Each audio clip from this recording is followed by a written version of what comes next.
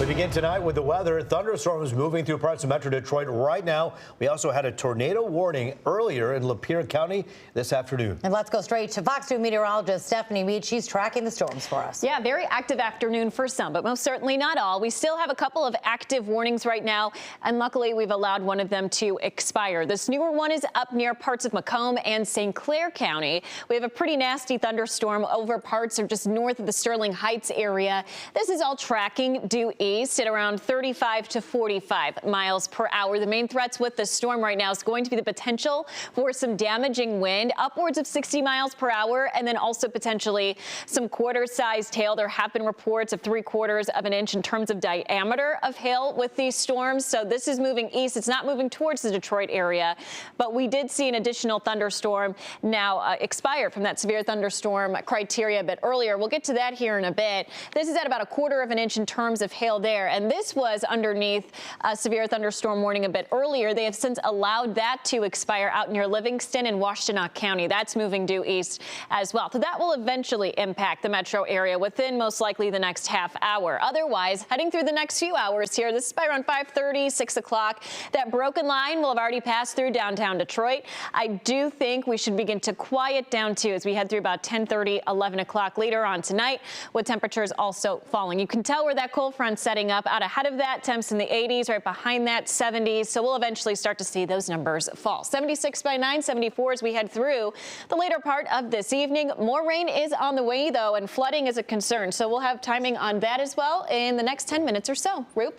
Stephanie, talk to you soon. The case against the man accused in the abduction of 2-year-old Winter Smith will now move to a grand jury. Rashad Trice appeared in federal court in Grand Rapids today, and he faces federal charges for kidnapping and kidnapping resulting in death. During today's hearing, it was determined there is enough evidence for Trice's case to go in front of a grand jury.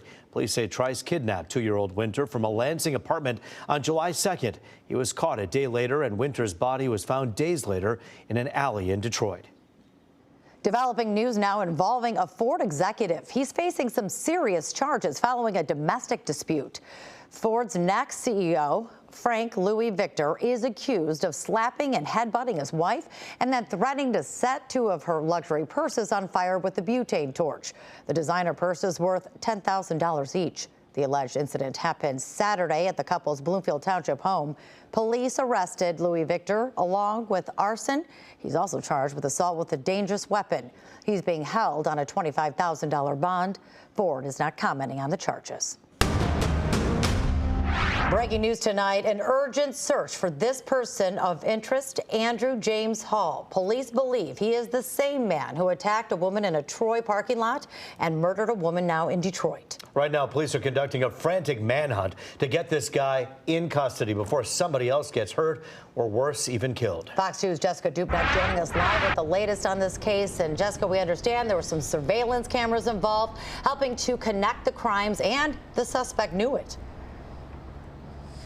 This murder scene behind me earlier this morning, this recovery center, the scene of the crime is actually a green light location. So there is video of who is believed to be Andrew Hall right here. And actually police say that he was wearing the same outfit in this situation as he was last Friday in that attempted abduction in the Troy Target. Now the stairwell you see behind me, that is where it is believed that a 38-year-old prostitute was beaten to death overnight. That's why police are looking for Andrew Hall. Earlier, this entire area around McNichols and Woodward, dozens and dozens of police systematically going through the neighborhoods, busting into abandoned homes, searching for Hall. They want everyone to be aware he is considered armed and dangerous. That one was someone's family member. This stairwell is where 38-year-old Lisa Moffitt was brutally beaten to death. I seen them bring her body up in a body bag and literally load it into the truck over here. Now, an all-out manhunt for 31-year-old Andrew James Hall, who sources say paid Moffitt for a sex act in the stairwell early Tuesday morning that allegedly beat, kicked, and choked her to death. I was actually stunned and devastated because you're not knowing that you wake up there in the morning after just moving in and someone being literally killed in my back door. Green light cameras at the murder scene caught this photo of who is believed to be a shirtless Hall taunting the cameras before he drove away on his bicycle. We need to take him into custody as soon as possible. A tremendous amount of law enforcement in the area of the murder off McNichols and Woodward Tuesday afternoon. Officers armed with long guns scouring abandoned homes, searching for Hall. He should be considered armed and dangerous. If anybody sees him, I would encourage them not to approach them himself, but instead call 911. The reason he's priority number one: 4 days before, it's believed Hall tried to abduct a woman in the parking lot at a Troy Target store, trying to force a 36-year-old woman into the backseat of her car at gunpoint. She told Troy police he was beating and choking her. She fought him off, and nearby shoppers scared him away. The one on the right is from the Target in Troy. The one on the left, my left, is our homicide this morning. Notice Hall is wearing the same clothing in both incidents. We're told he frequently takes the bus from Detroit to Beverly Hills, Birmingham, and Troy to walk around. If Mr. Hall is watching, I would encourage him to make arrangements to turn himself in. I just got off the phone with DPD brass. There are no new updates as to where Hall might be. They continue to systematically search the area right around me here, Woodward and McNichols. But again, he does have access to a bike. He's been known to use the bus, and a bus can get you pretty far out of town. Again, considered armed and dangerous. In the Troy situation, he did have a weapon on him, a gun, and possibly in this attack that happened right here overnight, a knife. You're advised to call 911. Reporting live, Jessica Dupnack, Fox 2 News. And Jessica, certainly we don't want to be involved in the investigation at all or ruin any efforts, but what about possibly areas he could be? Does he have family around in this area? Is there a place that potentially he may be going? Yeah, they did search some of those suburbs. Again, this police effort is vast and wide. There were a couple search warrants served earlier today, but no sign of Hall. And that's why you saw in some of the video there busting in doors to abandoned homes, because he could literally be anywhere. We are told, though, he is a frequent flyer here in this area, going to the liquor stores, going to the gas station. So people in this area have definitely seen him before that we've talked to. He is distinct, and hopefully someone recognizes him. There are rewards out for information leading to an arrest in the case.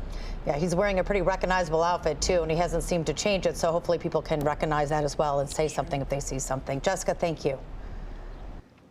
Well, 5 years after her death, the battle over Aretha Franklin's estate has been decided. And here's the deal. A jury agrees a handwritten will found in her couch is considered a valid document. Let's get right to Fox News' Charlie Langton. He's live to break down today's decision. Charlie, you've been covering this for years now.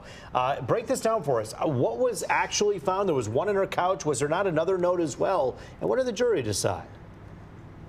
Yeah, this was kind of an unusual case. An Oakland County jury did decide. The question for them is basically which of two handwritten documents serves as the will. Now, we want to be real technical about it. One document was found in a cabinet dated 2010. Another one was stuffed in a couch dated 2014. And really, the only issue for the jury was whether or not the 2014 will was what they call a holographic will. That's a fancy legal word for meaning, is the will in Aretha Franklin's own handwriting? Is it dated and signed by Aretha Franklin? Well, the jury only took them about an hour, and they decided, yeah, that 2014 will controls. What do they control? Well, the big things would be a house, and really who controls the estate going further. Yeah, we're not done. As it turned out, there are 4 brothers. One of them has already been taken care of because he has some special needs. But it seemed to boil down to 2 brothers against 1, Cal and Ted Ed against Ted White. I got a chance to talk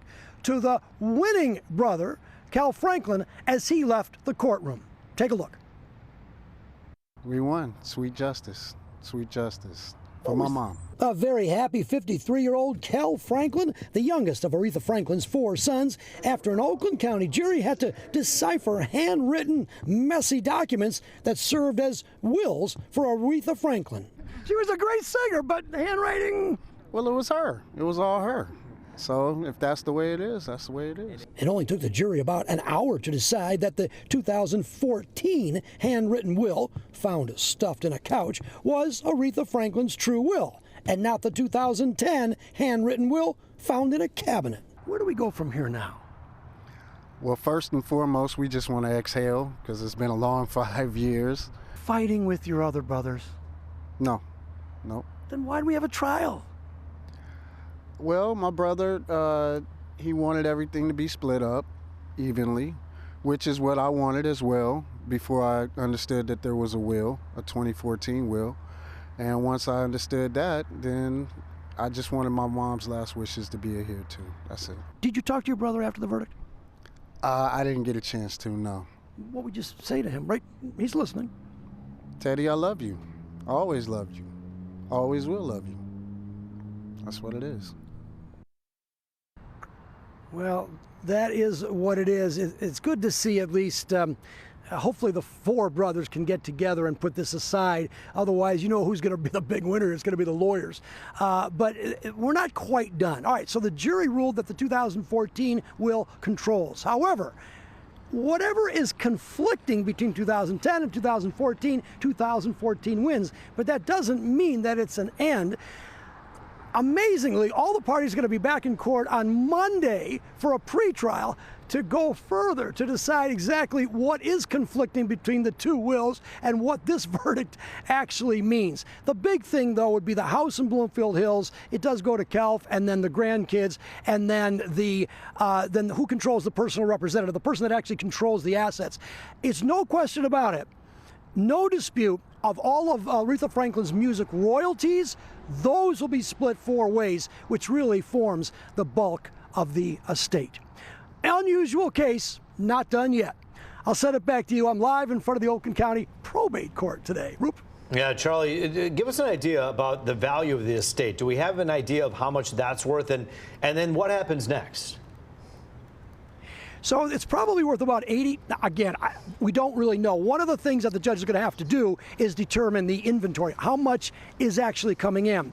And it's not just lawyers for the four brothers. There's lawyers that have been appointed by the court to divvy up the assets. Before we even got to today, the IRS had to be paid, some bills had to be paid. There were a couple of other little loose ends that had to be paid. So I think that those are pretty much done for the most part. Now it's just a matter of getting an accounting. But we certainly put this estate into the upper millions of dollars. And the house that it looks like Kelf is going to get was worth about a little better than $1 million before.